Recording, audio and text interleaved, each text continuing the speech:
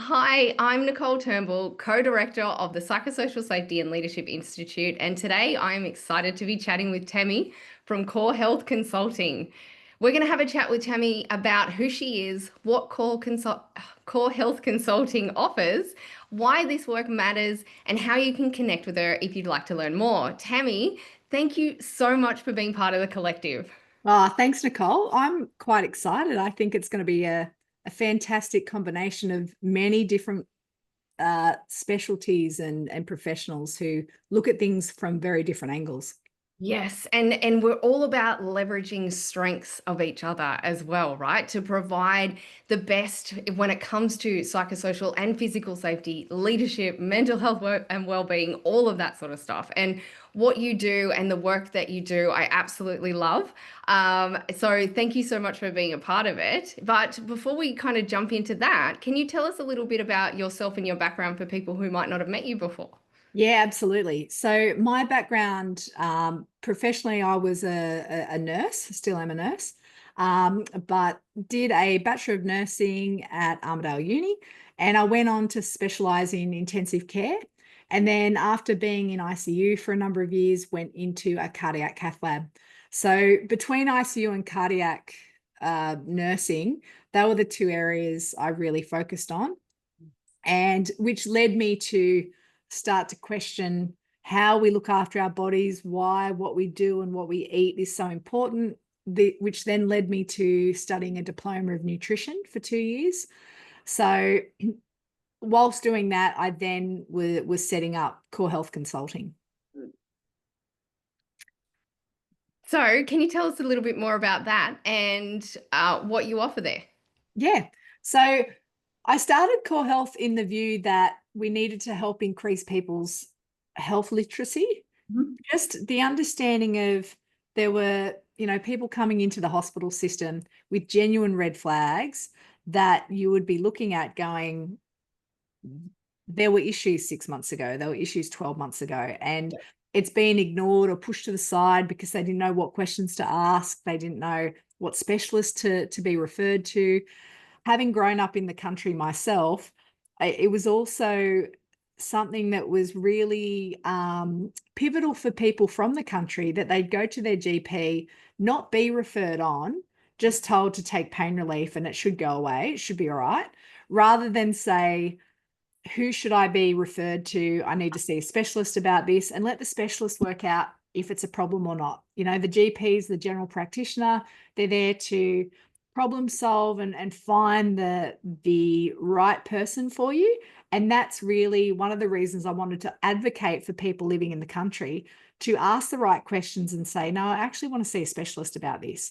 So having worked in ICU and then the cath lab, I started to look at pockets of how do we educate back to basics so people knew what to call certain things. So the whole premise around core health was purely to teach people about basics in nutrition, and then how their heart works, why they need to test for things like a pap smear or potential cervical cancer when there's no symptoms whatsoever. Then bowel cancer, what did that look like? So really going back to basics, which then led me into working in the corporate sector, which was mainly mining, rail, construction, engineering firms. And I really got pigeonholed quite quickly in the blue collar space. But for me, I think it's because, having been born and bred in the country, my dad is a horse trainer and his brothers were horse trainers. I was much more, I'm not polished. I'm not the corporate type. And I could Yep. just, yeah, I'd stand in front of 300 miners and feel much more relaxed Yep. talking about how their bodies actually worked. And that was really how core health um, gravitated into that space. And before you knew it, it grew legs by itself. Yes. And you are also an author of the Ruhrmann's Toolbox. Do you want to share a little bit about what's inside? Yeah, yep. So that book, I was asked by Hachette Publishers to write that in 2007. It was published in 2009. So the premise behind that book was to right about what I spoke about in the workplace. So it's things like, how does your ticker work, meaning your heart? Really looking at different age groups. When you get to a certain age, what we should be looking for, what questions we need to be asking our doctors, and then going through prostate health, bowel health, nutrition, how men can learn more about why women go into menopause, um, really lots of bits and pieces that we don't talk about naturally. Testicular cancer, what does that look like? What's testicular torsion? Things that are very much a something you keep to a secret, and no one talks about it until suddenly you're going, I don't know what to do. And there could often be people suffering in silence as a result.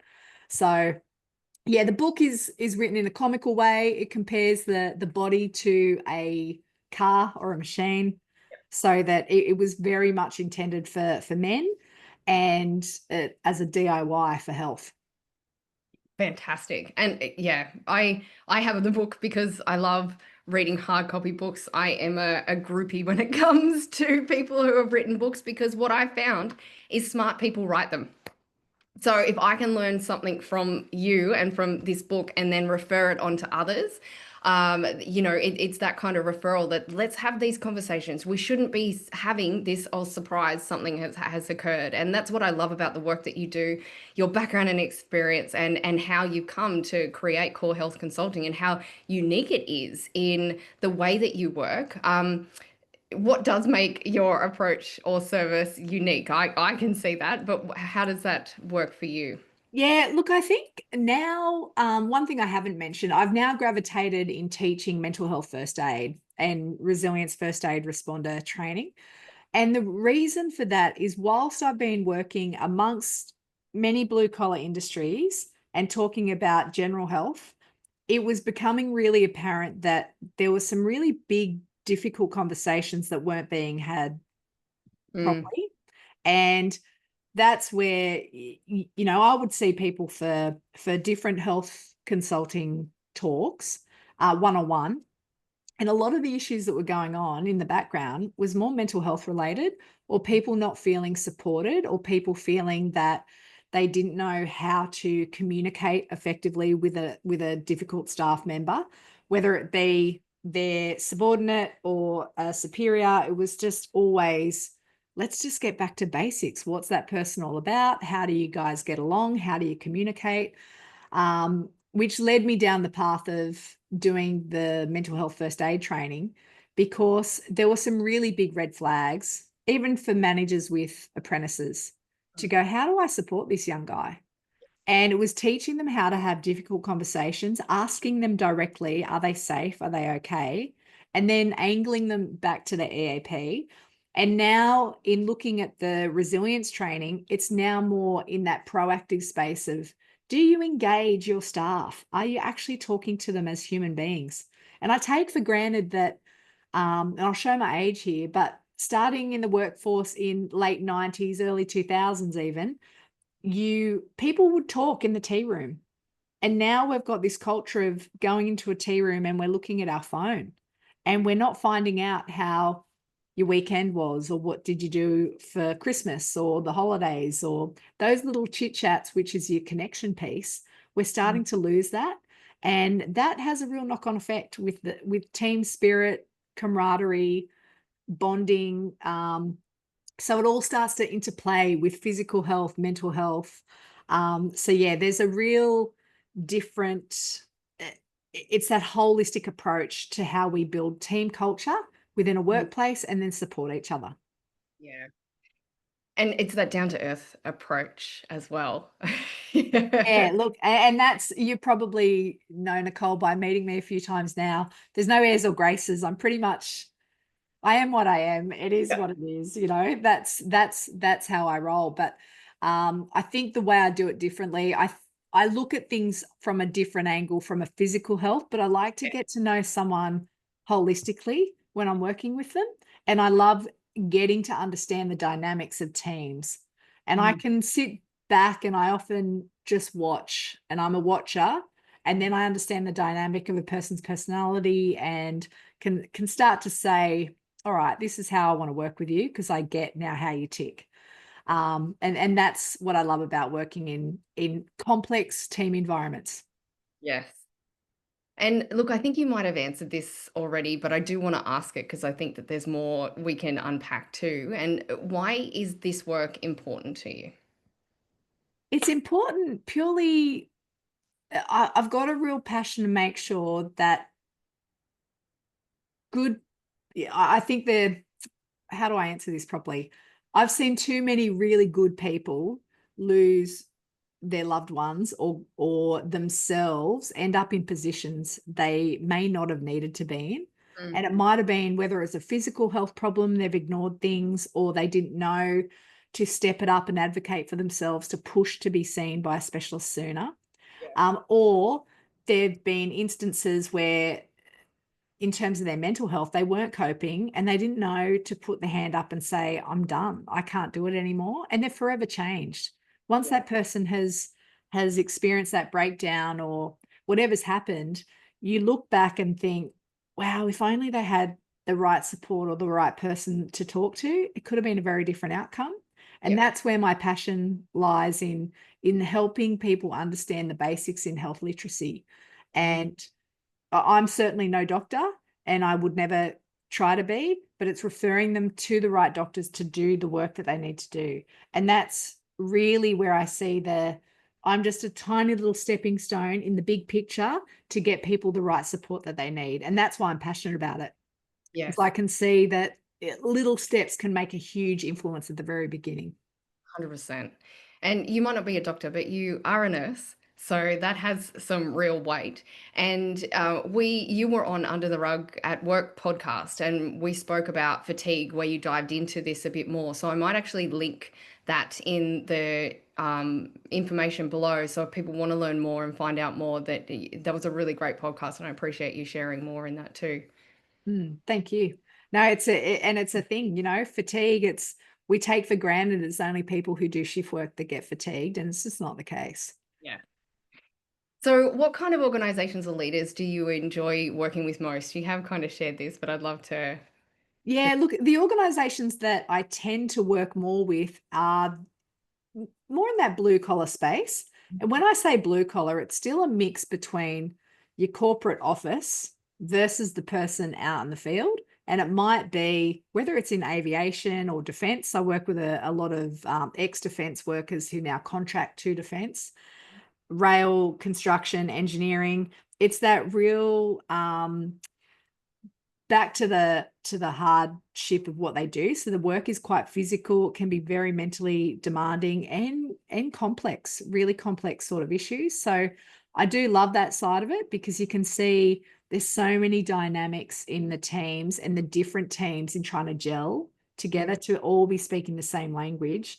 I think I just get attracted to that space that I love understanding what the complexities they're working with. So by default, it's always been that area since around 2007, since I started. Yeah, wow. Definitely an expert in that.